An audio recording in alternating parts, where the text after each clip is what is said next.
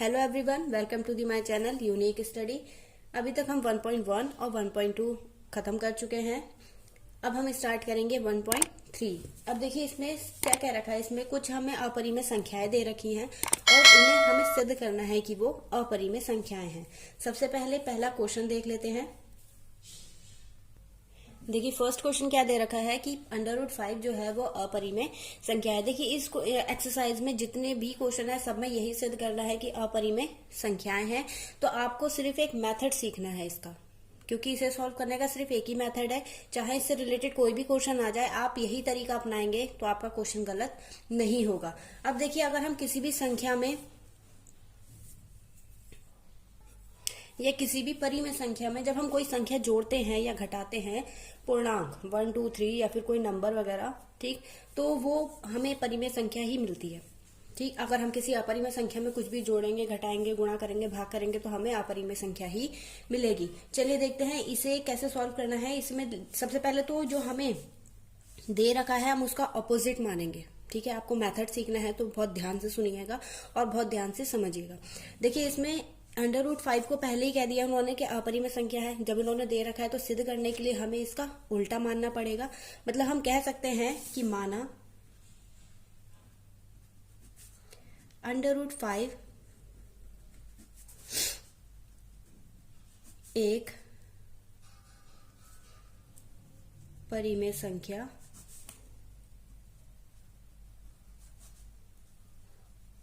है।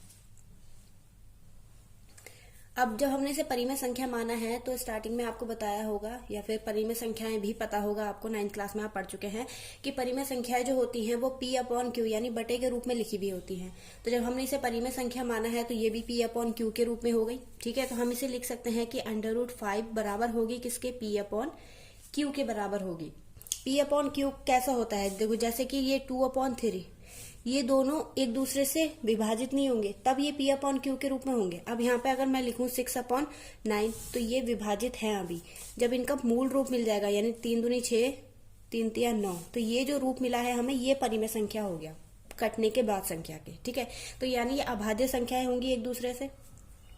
अब यहाँ पे लिख सकते हैं कि Q को हम क्या नहीं कर सकते, Q 0 के इक्वल नहीं हो सकता। ये कंडीशन होती है परिमेय संख्या की कि P/Q में Q जो होता है वो 0 के इक्वल नहीं होता है। और P व Q कैसी संख्याएं हैं? पूर्ण संख्याएं हैं। ठीक है, अब यहां पे मानेंगे, देखिए माना P और Q में एक के अतिरिक्त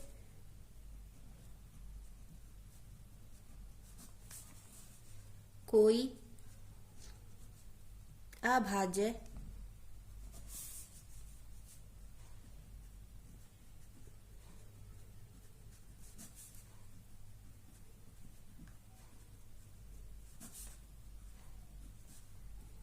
मतलब ये कह रखा है इसमें कि P/Q के जो हमने ये माना था कि इसमें इन दोनों में अगर हम इनका कॉमन फैक्टर देखें, कॉमन नंबर देखें, तो वो 1 के अलावा नहीं हो सकता। वही चीज इसमें कह रखी है कि इन दोनों के बीच में जो कॉमन गुणनखंड है वो क्या है? 1 है। अब देखिए इसे आगे कैसे सॉल्व करेंगे। जैसे हमने माना था √5 इज इक्वल टू P/Q। ठीक, हम Q को कहा ले जा रहे?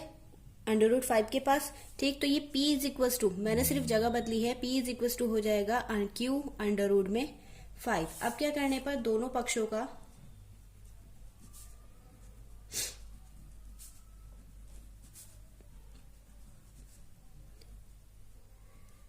वर्ग करने पर, वर्ग क्या होता है? स्क्वायर करने पर। ठीक है, तो ये हो जाएगा P का स्क्वायर और ये क्या हो जाएगा? Q √5 का स्क्वायर।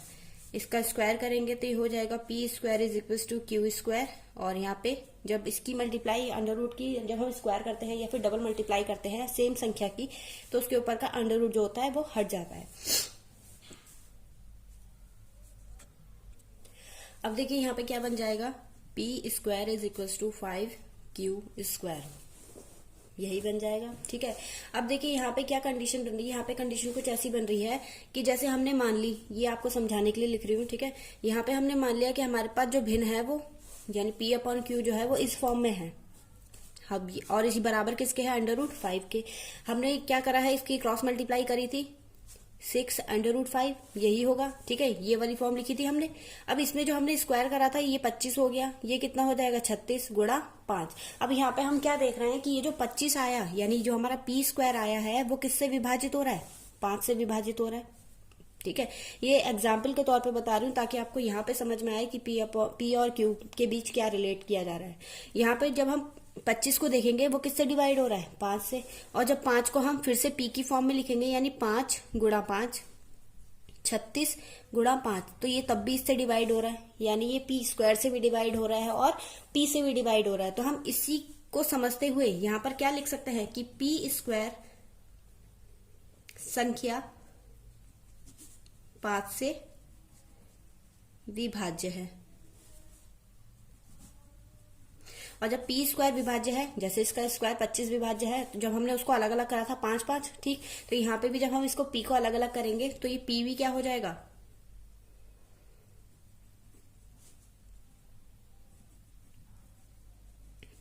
p भी संख्या 5 से क्या हो जाएगा, विभाज्य हो जाएगा। ठीक है, यहां तक समझ में आ गया। अब इसके बाद देखिए अब क्या क्या रखा है इसमें, क्योंकि हमारा ये p² 5q² के इक्वल है, तो हम q² को क्या मान लेंगे। अभी हमने क्या करा था कि जो हमारा p था वो हमने 5 से विभाज्य माना था। ठीक है, तो हम यहाँ पे एक नई फॉर्म मानेंगे, जो हमारा q² हो जाएगा वो किसके बराबर हो जाएगा, r के बराबर, या फिर q = r। नई कंडीशन मानेंगे, जैसे हम अभी तक अप्लाई कर रहे थे, स्क्वायर करा था वही कंडीशन हम दोबारा से मानेंगे। लेकिन हमें ये ध्यान रखना है कि जो हमारा p² = 5q² आया था वो p के साथ ही रहे, q के साथ ना रहे। ठीक है, क्योंकि वो कंडीशन एक ही के साथ डिवाइड हो सकती है ना, 5 या तो q के साथ डिवाइड हो सकता है या फिर p के साथ डिवाइड हो सकता है, दोनों के साथ तो डिवाइड नहीं हो सकता। तो यहाँ पर क्या लिखेंगे, नई कंडीशन क्या बनेगी, माना p = 5r, ये हो जाएगा। ठीक है, अब यहाँ पे फिर से वर्ग करने पर दोनों पक्षों का क्या हो जाएगा, p² = 5r²।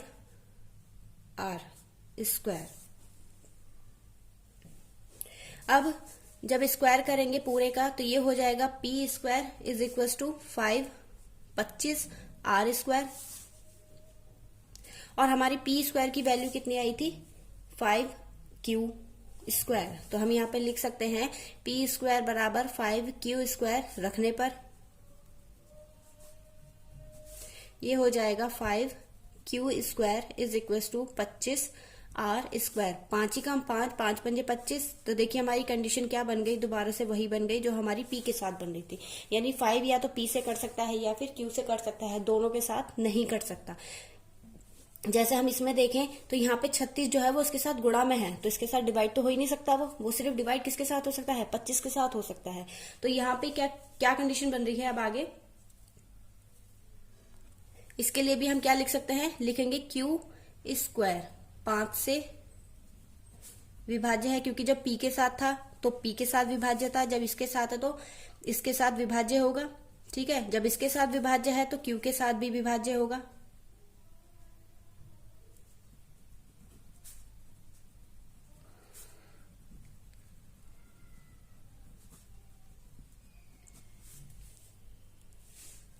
अब यहाँ पे क्या हो जाएगा कि 5 जो है p और q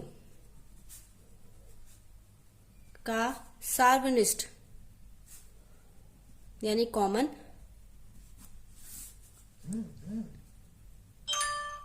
अभाज्य गुणनखंड। मतलब मैंने क्या कहा था, जब हम किसी भी संख्या को परिमेय संख्या मानते हैं तो उसका सार्वनिष्ठ गुणनखंड 1 होना चाहिए, लेकिन यहाँ पे जो कॉमन आ रहा है वो क्या आ रहा है, 5 आ रहा है, तो ये तो हो ही नहीं सकता। इसलिए यहाँ पे लिखेंगे यह है एक विरोधाभास, यानी ये इस जो हमारा नियम है उसका विरोध कर रहा है।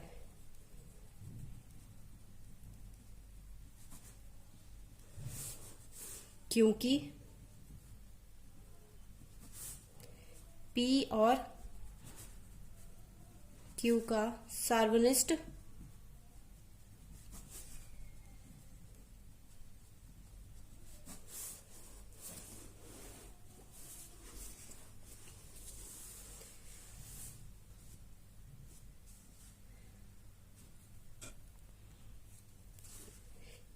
सार्वनिष्ठ गुणनखंड 1 के अतिरिक्त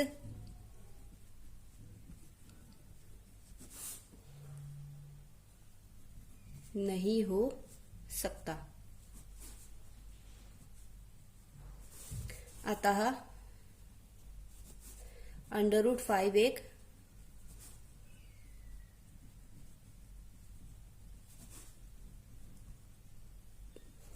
संख्या है। देखिए, इसे करने का मेथड पूरा यही है। आपको अगर इस समझ में नहीं आया है तो इसे समझना पड़ेगा, और नहीं समझ में आता है फिर भी तो आपको सिर्फ एक याद करने का तरीका बचेगा। इसे या तो इसे समझ लीजिए या इसे याद कर लीजिए, क्योंकि इसमें का एक क्वेश्चन हो सकता है आपके एग्जाम में देखने को मिले। तो आई होप कोशिश पूरी करी है आपको समझाने की, बाकी आपके ऊपर डिपेंड करता है। चलिए नेक्स्ट क्वेश्चन देखते हैं। देखिए, अब नेक्स्ट क्वेश्चन क्या दे रखा है, 3 प्लस के 2 अंडर रूट में 5 क्या है, एक अपरिमेय संख्या है। मैंने आपको बताया था जब किसी भी अपरिमेय संख्या में हम कुछ भी जोड़ेंगे, कुछ भी घटाएंगे या फिर कुछ भी गुणा करेंगे, कुछ भी डिवाइड करेंगे तो वो क्या हो जाएगा, एक अपरिमेय संख्या ही मिलेगी। तो हम यहाँ पे सबसे पहले तो ये थोड़ा छोटा क्वेश्चन है, लेकिन फर्स्ट वाला थोड़ा मोस्ट इंपॉर्टेंट है, तो आप उस पर थोड़ा ज्यादा ध्यान दीजिएगा। देखिए नेक्स्ट वाले में क्या, इस वाले में क्या करेंगे, इसमें करेंगे सबसे पहले तो वही लिखेंगे जो इसमें दे रखा है, उसका अपोजिट मानेंगे। यानी अपरिमेय संख्या दे रखी है, हम क्या मानेंगे, परिमेय संख्या मानेंगे। तो यहाँ पे लिखेंगे माना 3 प्लस के 2 अंडर रूट में 5 एक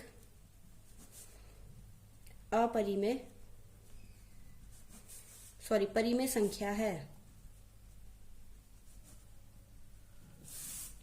ठीक, अब जब परिमेय संख्या मानी है तो 3 प्लस के 2 अंडर रूट में 5 को हम किसके इक्वल मानेंगे, P/Q के इक्वल मानेंगे।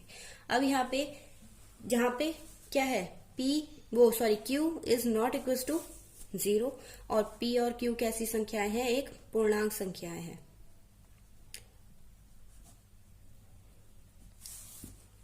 अब P/Q is equal to 3 plus के 2 अंडर रूट में 5। ठीक, अब इसके साथ जो संख्या है इसको हम कहाँ ले जाएंगे, इधर, क्योंकि यहाँ पे ये प्लस का है, इधर जाएगा कैसा हो जाएगा, माइनस का। तो हम इसे लिख सकते हैं P/Q माइनस के 3 is equal to 2 under root में 5। अब ये जो 2 है इसको हम कहाँ ले जाएंगे, अपॉन में, तो ये हो जाएगा P/Q माइनस के 3/2 is equal to under root 5।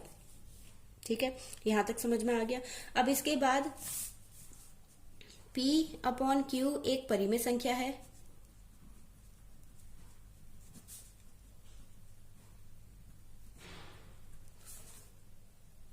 तब देखिए जब परिमेय संख्या है इसमें हम कुछ डिवाइड करेंगे तो वो क्या मिल जाएगा, हमें परिमेय संख्या हो जाएगी। देखिए जैसे कि हमने मान लिया 1/2 कैसी संख्या है, एक परिमेय संख्या है, ये समझाने के लिए है सिर्फ।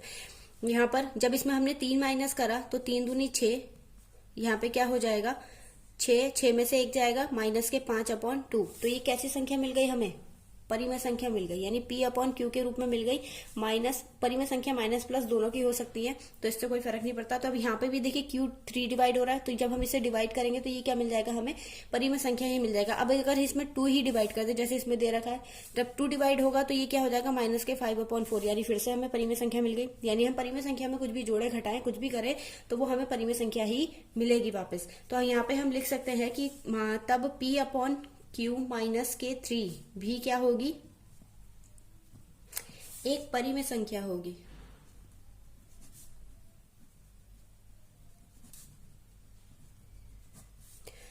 तब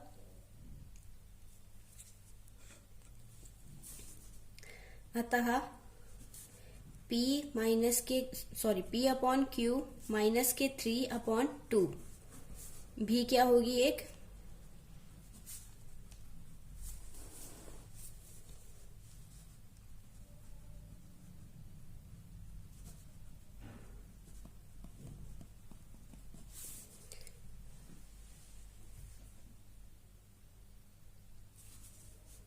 और जब ये सब परिमेय संख्या है, ठीक है, जब ये सब परिमेय संख्या हो गई तो इसके साथ, क्योंकि हम जब सॉल्व करते हैं वही आंसर तो हमारा होता है, यानी ये भी क्या होना चाहिए, हमारा एक परिमेय संख्या होना चाहिए। तब √5 भी एक परिमेय संख्या होगी, परंतु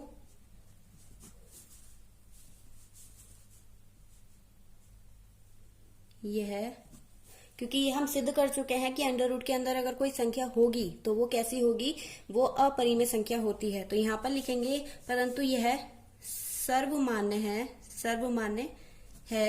सर्वमान्य तथ्य है कि अंडर रूट 5 एक अपरिमेय संख्या है। अतः 3 + 2 अंडर रूट में 5 भी एक अपरिमेय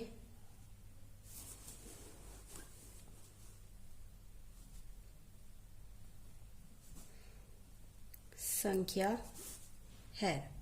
ठीक, तो इस वाले में ज्यादा कुछ नहीं करना है। मेनली आपका वो अंडर रूट वाली संख्या वाला जो क्वेश्चन है फर्स्ट, बस उसमें थोड़ा ज्यादा है एक्सप्लेनेशन, इसमें उसी से रिलेटेड है, क्योंकि आप एक बार सिद्ध कर चुके हैं कि ये हमारी जो है अपरिमेय संख्या है, और यहाँ पर परिमेय संख्या को आप जोड़कर घटाकर दिखाएंगे, फिर उसके बारे में लिखेंगे कि हम परिमेय संख्या में कुछ भी जोड़ते हैं या घटाते हैं वो परिमेय संख्या ही रहती है, या फिर कुछ भी डिवाइड करते हैं तब भी वो क्या रहती है, एक परिमेय संख्या रहती है। लेकिन जब ये जो जिसके इक्वल दिखाई है वो क्या है, हमारी एक अपरिमेय संख्या है। अतः इससे रिलेटेड जो हमारा क्वेश्चन बन रहा था ये भी क्या हो जाएगा, एक अपरिमेय संख्या हो जाएगी। नेक्स्ट क्वेश्चन देखते हैं।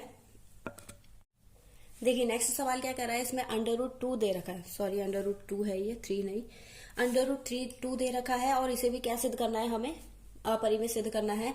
तो जैसे हमने फर्स्ट क्वेश्चन करा था उसी टाइप से है, लेकिन थोड़ा सा शॉर्ट कर लेंगे इसे, क्योंकि फर्स्ट एक्सप्लेनेशन ज्यादा है तो आप उसे ज्यादा अच्छे से समझ लीजिएगा। देखिए फर्स्ट क्या दे रखा है, सबसे पहले तो इसमें अपरिमेय संख्या दे रखा है। सबसे पहले क्या करेंगे, हम इसे परिमेय संख्या मानेंगे। यहाँ पे लिखेंगे माना अंडर रूट 2 एक परिमेय संख्या है। ठीक है, अब इसके बाद जब हमने इसे परिमेय संख्या माना है तो ये हो जाएगा किसके इक्वल, P/Q के इक्वल, जहां पे Q क्या है, 0 के इक्वल नहीं है। ये ध्यान से दिखा दीजिएगा क्योंकि परिमेय संख्या का ये रूल होता है। अब यहाँ पे इन दोनों का उभयनिष्ठ गुणनखंड यानी P और Q का उभयनिष्ठ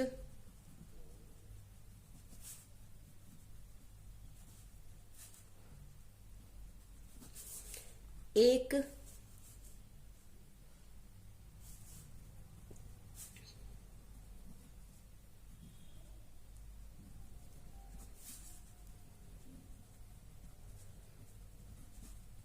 के अतिरिक्त कोई नहीं हो सकता। अब सॉल्व करेंगे इसे जैसे अभी तक कर रहे थे, under root 2 is equal to P/Q। अब देखिए क्या करेंगे, इसमें ये हो जाएगा, या तो इसे इक्वल लेके चलिए, यहाँ पे डिवाइड क्रॉस मल्टीप्लाई कर दीजिए, ये हो जाएगा P अंडर रूट में 2, क्या करेंगे, दोनों पक्षों का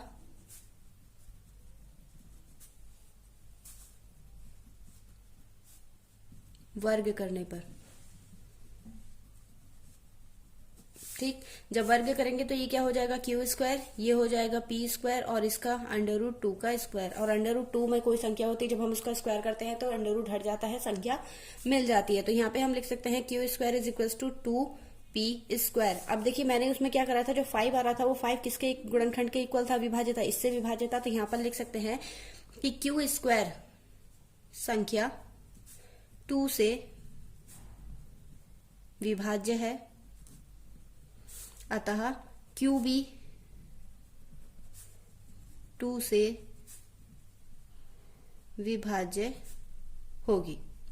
ठीक, अब नई कंडीशन मानेंगे, जो हमारा P² है उसे क्या मान लेंगे, हम R मान लेंगे। तो P² is equal to R, तो यहां लिखेंगे Q is equal to 2R, यही लिखेंगे। अब इसका स्क्वायर करेंगे, दोनों पक्षों का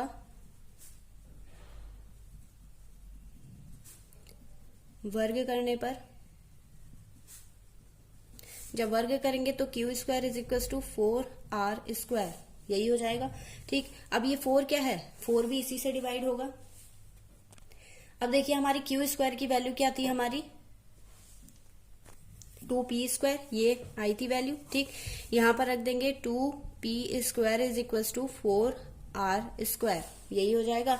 2 कम 2, 2 दूनी 4, यानी P² भी क्या मिल गया हमें, 2R⁴ ठीक, अब ये 2 भी इससे डिवाइड है और Q से भी डिवाइड है, दोनों से तो डिवाइड हो नहीं सकता, तो हम क्या लिख सकते हैं यहाँ पर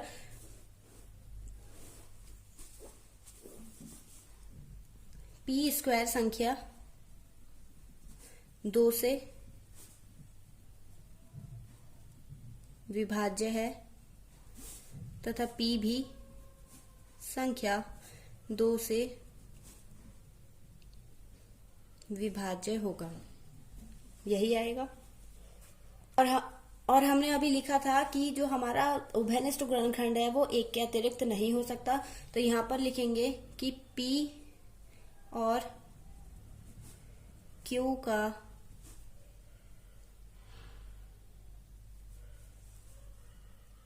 एक के अतिरिक्त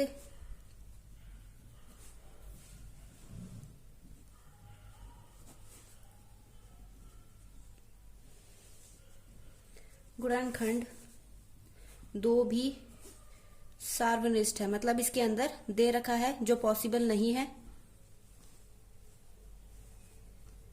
जो अमान्य है। ठीक, तो हम क्या लिख सकते हैं, यहां पर लिख सकते हैं कि अतः √2 एक अपरिमेय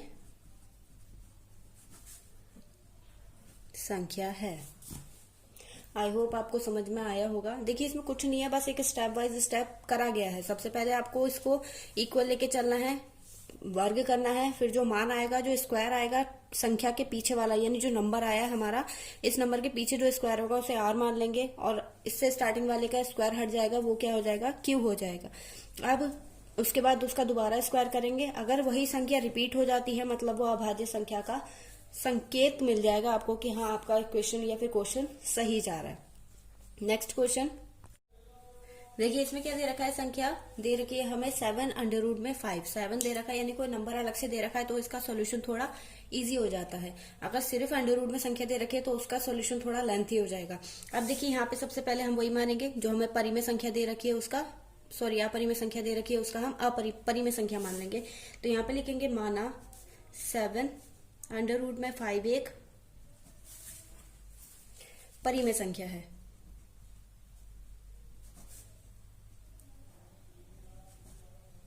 ठीक है, 7√5 क्या हो जाएगा, P/Q के इक्वल, जहां पे Q क्या है, 0 के इक्वल नहीं है। अब हम यहाँ पे लिख सकते हैं कि √5 तो ऐसे ही रहेगा क्योंकि हमें पता है कि ये अभाज्य संख्या है।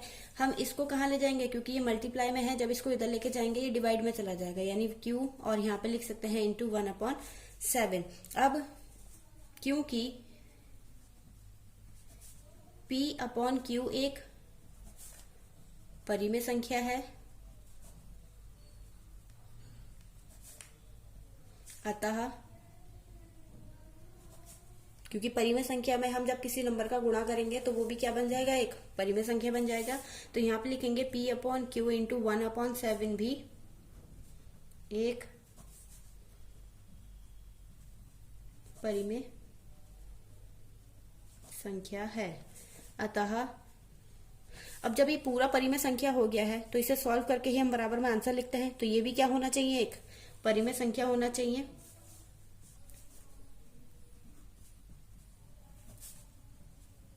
एक परिमेय संख्या होगी, परंतु हम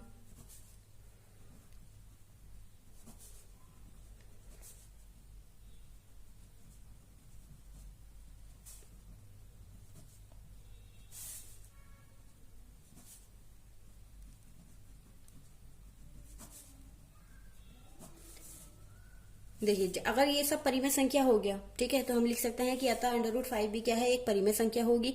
लेकिन हम अभी सिद्ध कर चुके हैं कि अंडर रूट के अंदर अगर कोई भी संख्या होती है तो वो क्या होती है, एक अपरिमेय संख्या होती है। अतः 7√5 भी एक अपरिमेय संख्या होगी। ठीक, तो इसमें जब अगर कोई संख्या आपको दे रखी है तो उसका सोल्यूशन थोड़ा इजी पड़ जाता है, लेकिन अगर अकेली संख्या दे रखी है तो उसका सोल्यूशन फर्स्ट वाले क्वेश्चन के अकॉर्डिंग ही होगा। इस चीज का ध्यान रखें। चलिए नेक्स्ट क्वेश्चन देखते हैं। देखिए क्या दे रखा है, क्वेश्चन दे रखा है हमें 6 प्लस के 2 अंडर रूट में 2। ठीक, तो हम इसे वैसे ही सॉल्व करेंगे जैसे अभी तक सॉल्व करते आ रहे हैं। सबसे पहले इस अपरिमेय संख्या को हम क्या मान लेंगे, परिमेय संख्या। Very good. अब इसमें हम लिखेंगे माना 6 प्लस अंडर रूट 2 एक परिमेय संख्या है। ठीक है, तो 6 प्लस के अंडर रूट 2 क्या हो जाएगा, P अपॉन Q, यही हो जाएगा। और Q किसके बराबर नहीं है, 0 के बराबर नहीं है। और P और Q कैसी संख्या है, पूर्णांक है। तो यहाँ पर हम ये जो अंडर रूट है इसे तो हम अकेला छोड़ेंगे, क्योंकि हमें अंडर रूट अकेला चाहिए सिद्ध करने के लिए। ये जो संख्या है प्लस में दे रखी है, जब इसे बराबर के इधर लेके जाएंगे कैसी हो जाएगी, वो माइनस की हो जाएगी। तो यहाँ पर 2P अपॉन Q माइनस के 6।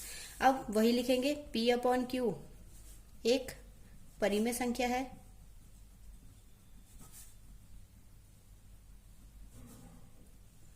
अतः P अपॉन Q माइनस के 6 भी एक परिमेय संख्या होगी। अगर ये सब परिमेय संख्या हैं तब अंडर रूट 2 भी एक परिमेय संख्या होगी, परंतु हम जानते हैं कि अंडर रूट 2 एक अपरिमेय संख्या है, अतः 6 प्लस अंडर रूट 2 भी अपरिमेय संख्या है। तो देखिए आपकी एक्सरसाइज भी फिनिश हो गई है, सारे सवाल हो गए हैं। तो आप इसकी प्रैक्टिस करते रहें, ठीक। और वीडियो अच्छी लगी हो तो लाइक कर दीजिएगा। Thank you.